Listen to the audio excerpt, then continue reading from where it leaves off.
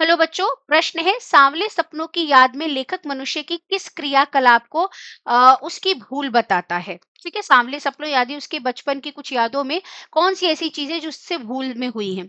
सांवले सपनों की याद में लेखक ने मनुष्य के निम्नलिखित क्रियाकलापों को उसकी भूल के बताते हुए कहा है कि मनुष्य प्रकृति और उसके अन्य अंगों जैसे कि नदियों, जंगलों, पहाड़ों, झरनों, तालाबों, यहाँ तक कि पक्षियों को भी प्रकृति की नजर से नहीं देखते हैं, जिसके कारण वे अपने महत्व को नहीं समझ पाते और उनके प्रति अपनी जिम्मेदारियों को भी नहीं निभा पाते। लेखक कहते अनुसार लेखक के अनुसार लेखक के अनुसार इन सबको मनुष्य की नजर से देखना बिल्कुल भी उचित नहीं है।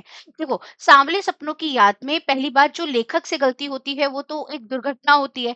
लेकिन इस चैप्टर के माध्यम से यहाँ पर जो कवि मतलब राइटर है, रचनाकार है, वो ये कहना चाहते हैं कि जो इंसान है वो बचपन में क्या क्या गलतियां करता है, प्रकृति के प्रति अपना महत्व खो देता है, उसको ध्यान देना होता है जिन चीजों पर, उन चीजों से अपनी जिम्मेदारियों से मुंह मोड़ लेता है और कहीं ना कहीं इससे वो क्या करता है, प्रकृति को नुकसान पहुंचाने का काम करता है और इसी चीज पर वो क्या डाल रहे हैं, प्रकाश डालने का काम कर रहे हैं। ठीक है बेटा।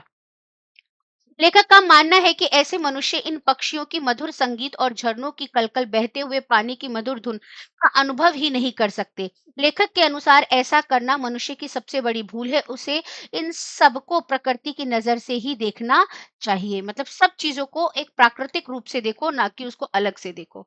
ठीक है बेटा जी।